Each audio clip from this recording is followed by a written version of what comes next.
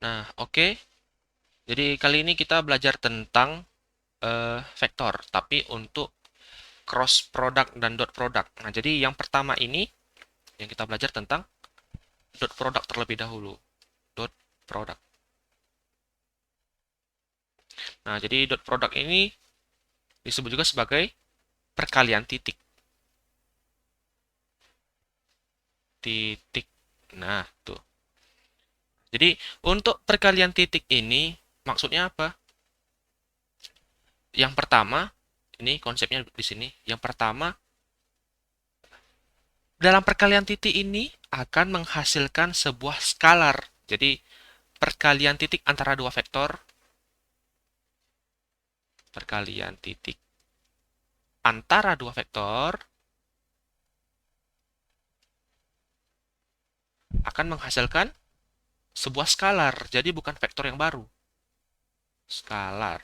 Nah, yang kedua, untuk perkalian titik ini kedua buah vektor harus searah. Harus. Kedua, nikah adalah vektor harus searah gitu. Contoh, contoh. Jadi kalau misalnya nih ada sebuah vektor yang arahnya ke kanan, gitu. Ini berapa? Misalnya aja 2i, anggap aja gitu. Kemudian ada satu lagi vektor yang ke sana, 3i gitu. Nah, ini hasilnya adalah kalikan aja langsung. 2i dot 3i. I itu menandakan sebuah vektor satuan gitu. Jadi, menandakan arah. Ini hasilnya adalah 6. I kali I hasilnya 1. Nanti dijelaskan kenapa hasilnya 1 gitu. Sebelum masuk ke situ, untuk IJK mungkin ada yang belum paham. Jadi IJK itu menandakan arah dari vektor satuan. Ini vektor satuan kan? Karena udah disepakati koordinat kartesius itu terdiri atas x, y, z untuk ruang. Untuk ruang. Misalnya ini satu ke sana, nggak lurus. Satu ke sana, satu ke sana. Nah, kayak gini. Jadi kita biasanya menganggap bahwa ini X, Y, Z atau X, Y, Z terserah, terserah. Nah, untuk gambar ini dibuatlah ini misalnya jadi X-nya, ini jadi Y-nya, ini jadi Z-nya. Jadi Z itu untuk menandakan dimensi ketiga, dan volume gitu. Nah, untuk X ini vektor satuannya I gitu. Jadi arahnya sama.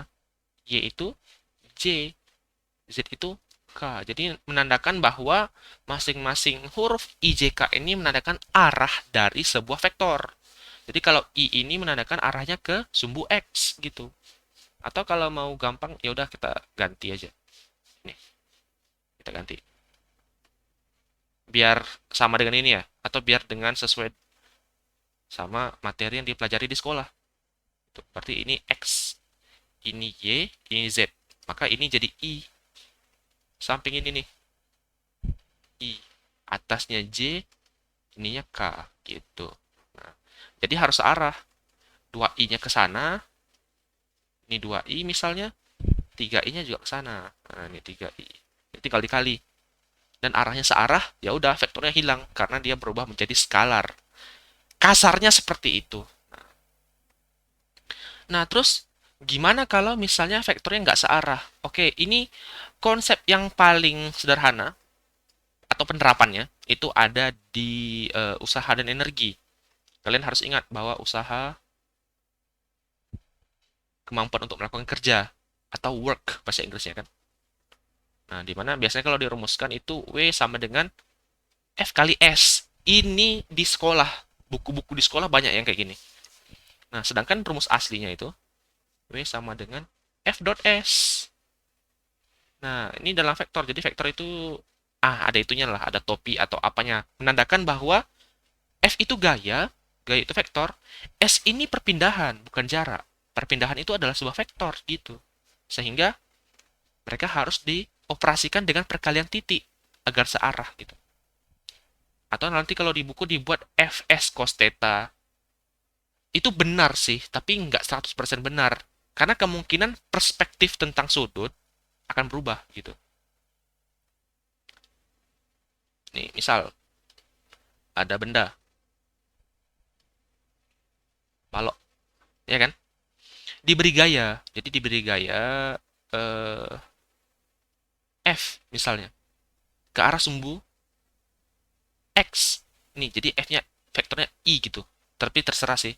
Itu cuma penamaan aja. Jadi masih nggak masalah nih, disambung lah. Nah, misalnya ini mau dipindahkan ke sini. Ntar dulu. Nah, di sini aja. Nih, mau dipindahkan ke sini. Pindahnya ke mana? Pindahnya ke kanan. Sebesar apa? Sebesar S mungkin, sebesar R terserah. Jadi ini nandain kalau angka ya udah tinggal dikali kayak gitu. Nah, maka besar dari perpindahan, sorry, maksudnya besar dari usaha yang dilakukan untuk memindahkan balok ini ke posisi akhir yang putus-putus ini adalah W sama dengan F dot S. Nah, sorry, ini panahnya aneh kali.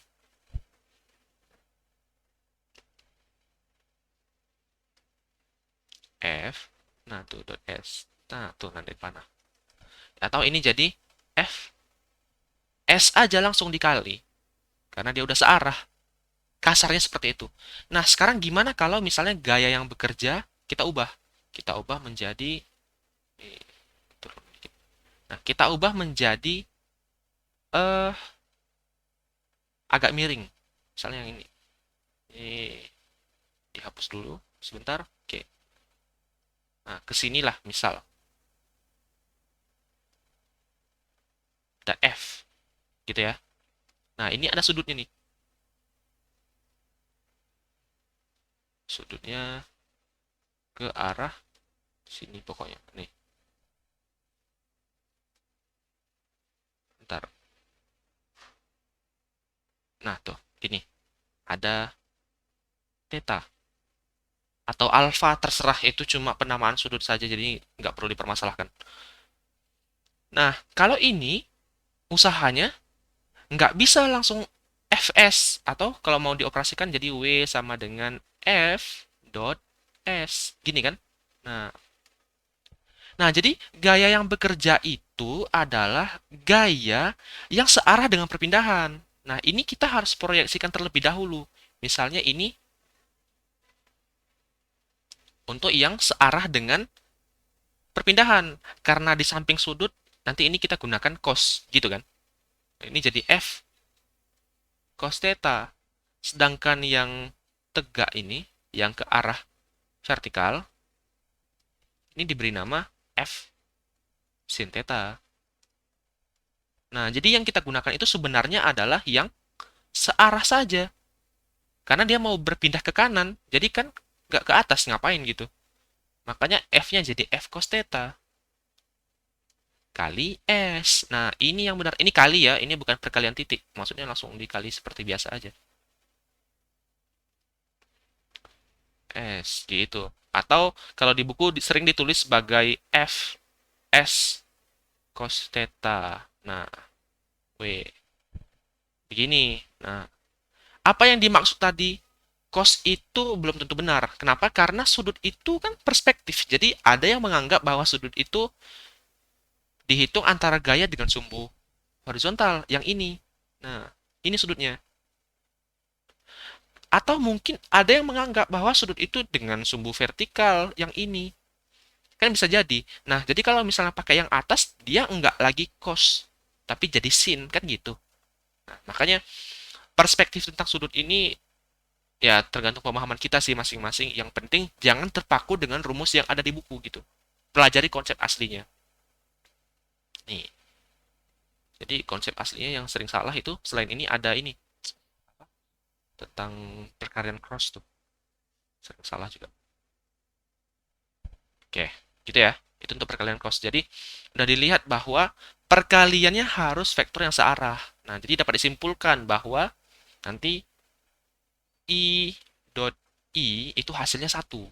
Nah, J dot J, ini ada topinan dan satuan, hasilnya 1. Kemudian K dot K, hasilnya 1. Gitu.